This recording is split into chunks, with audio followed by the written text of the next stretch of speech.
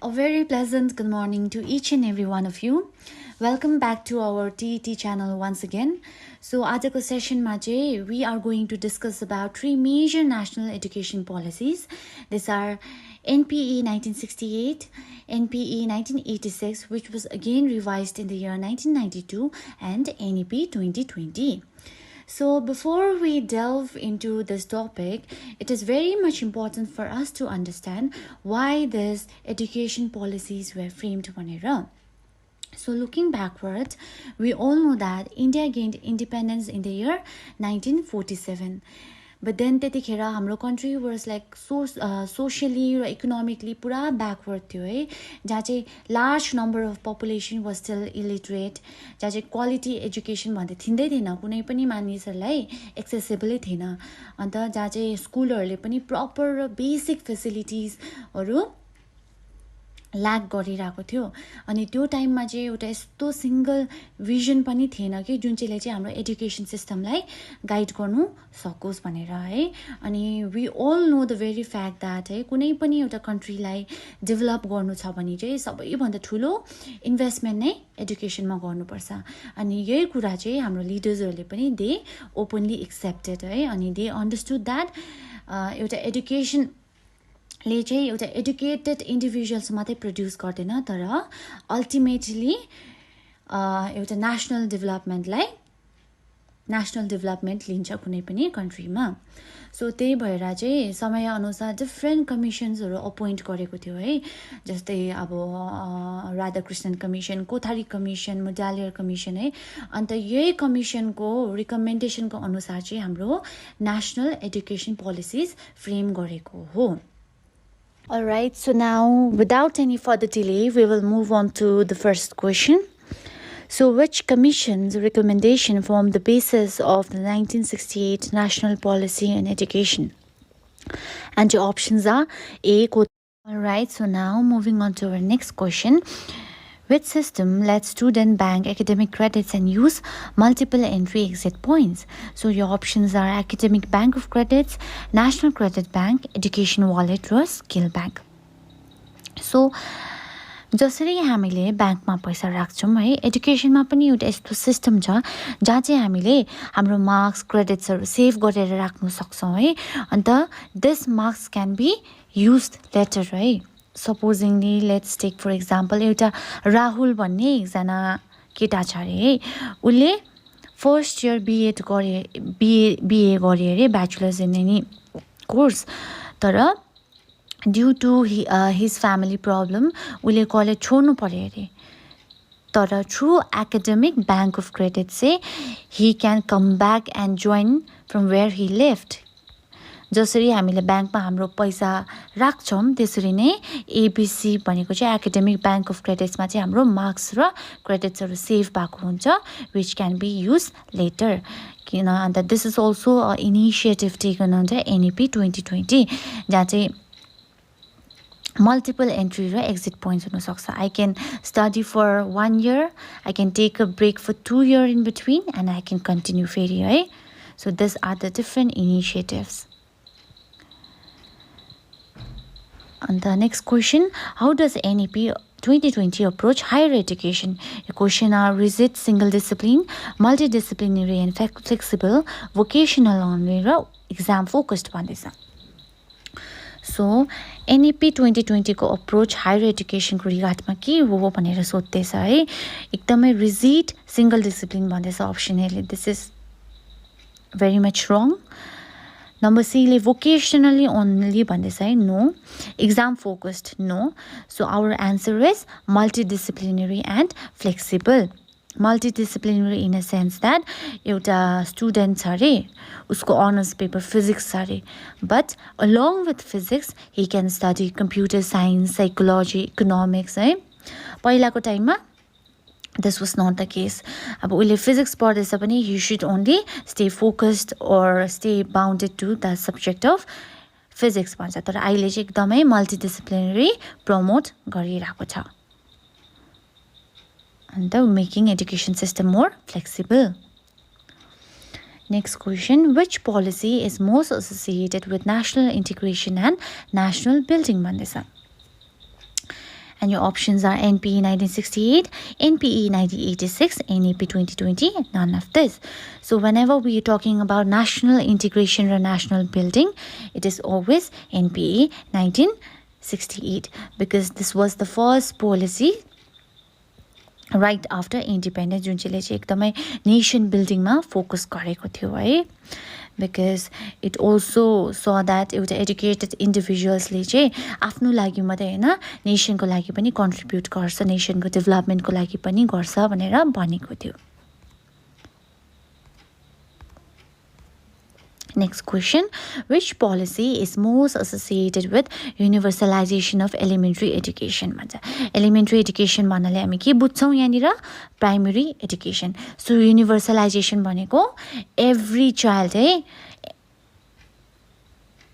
from all over the world उनीहरुलाई चाहिँ education accessible हुनुपर्छ भनेर भनेको छ. So कुन चाहिँ policy ले भनेको थियो? It was NPE 1986 को policy ले भनेको थियो कि that universalization of elementary education is important भनेर. Main focus त्यही थियो. Okay, now which policy places the strongest emphasis on digital learning and technology? Your option are NPE 1968, NPE 1986, NEP 2020, none of this. So हामीले अगाडि नै हेरिहाल्यो and we already know that NPE 1968 ले it focused on national building है. NPE 1986 ले it focused on universalization of elementary education. So now NEP 2020 ले चाहिँ especially focus गर्छ digital learning. It tries to align with the demand of the society है किन भन्दाखेरि अहिले प्रेजेन्ट टाइममा हाम्रो इन्डियाले पुरा प्रमोट गरिरहेछ आइडिया लाइक डिजिटल इन्डियाहरु है. सो aligning with that है NEP 2020 which is the latest policy, it focuses on digital learning and technology and the option is option C. Okay, next question. So which languages did NPE 1968 promote together? Your options are only English, only Hindi, regional languages, Hindi, English and Sanskrit, only Sanskrit. So हामीले यहाँ हेर्यो पनि only भन्दैछ यहाँ है, only English भन्दैछ no, only Hindi, only Sanskrit. But here option C is talking about altogether different languages है, multilingualism को कुरा गरिरहेछ यहाँनिर जहाँ चाहिँ regional language Hindi, English, Sanskrit लाई promote गरिरहेछ. So this also aligns with the policy or approach of three language formula है जहाँ चाहिँ भन्छ कि अब supposingly सिक्किम को context मा हेर्यो भने एउटा नानीलाई regional language that is नेपालीमा पढाउनु पर्छ. Also she should be well equipped with Hindi, English है and the Sanskrit पनि additional भनेर यहाँनिर NPE 1968 ले mention गरेको छ. So the 1968 policy backed a multi-language approach across the country. Which policy introduced foundational literacy and numeracy as a flagship priority? So हामीले यहाँ question मा foundational literacy भन्दा के बुझ्छ?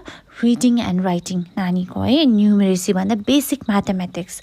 So यो चाहिँ कुन चाहिँ policy ले prioritize गरेको थियो भनेर हामीलाई सोध्यो भने it was NEP 2020 किनभने अहिले पुरा बेसी NEP 2020 ले skill based education र फोकस गरिरहेछ है. अन्त हामीले हेर्यो भने communication skills को अन्तरमा reading and writing is one such important skill एउटा नानीले सिक्नु पर्ने भनेर भनिन्छ.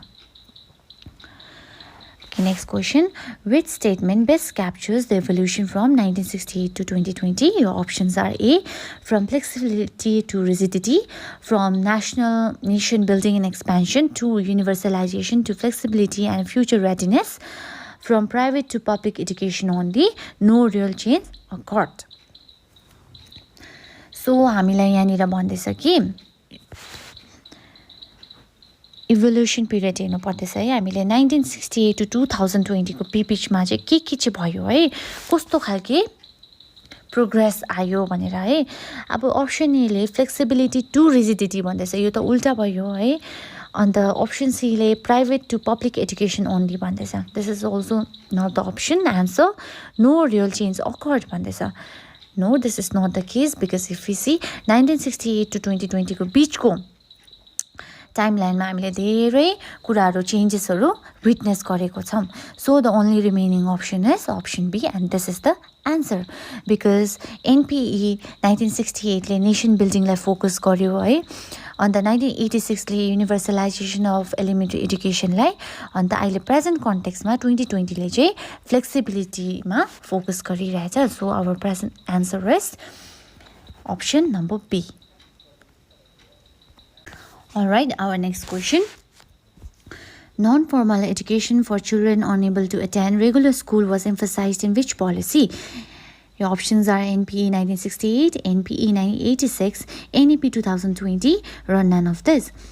So, हामीले जब पनि एजुकेसनको कुरा गर्छौँ है, there are different forms of education है.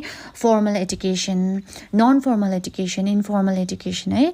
सो हामीलाई सोधिरहेछ कि कुन चाहिँ पोलिसीले चाहिँ जो नानी चाहिँ रेगुलर स्कुल अटेन्ड गर्नु सकेको छैन उनीहरूको लागि चाहिँ नन फर्मल एजुकेसन एम्फसाइज गरेको थियो भनेर भनेको छ. कुन चाहिँ पोलिसीले भनेर. सो अब non formal education is one such type of education जुन चाहिँ it occurs outside the formal setting. Formal education भन्नाले हामी के बुझ्छौँ, सपोजिङ एउटा नानी 9 बजे स्कुल आएर 3 बजीसम्म स्कुल पढ्छ अरे, that is a formal setting. It is the example of formal education. तर नन फर्मल एजुकेसनमा हामीले के भन्नु सक्छ भन्दाखेरि एकजना पर्सन मान्छे छ अरे, उसले चाहिँ दिनभरि ऊ अर्कै काममा इन्गेज छ अरे है. अनि राति आएर चाहिँ he engages in like online क्लासेसहरू है, एडल्ट एजुकेसनहरूमा रेजिस्टर्ड छ अरे. त्योहरू चाहिँ it is example of non formal education. So यो चाहिँ बेसिकली फोकस गरेको थियो हाम्रो एनपिई 1986 पोलिसीले. So now with this we have now reached or come to the end of our today's session. So I hope that आजको क्लासले तपाईहरुलाई धेरै help गर्छ होला भनेर है. अन्त यो एजुकेसन पोलिसीजहरू तपाईहरुले एकदमै लजिकल वेमा र सिम्पल वेमा बुझ्नु भयो होला भनेर है. And thank you so much for watching. Take care and all the very best for examination. Thank you.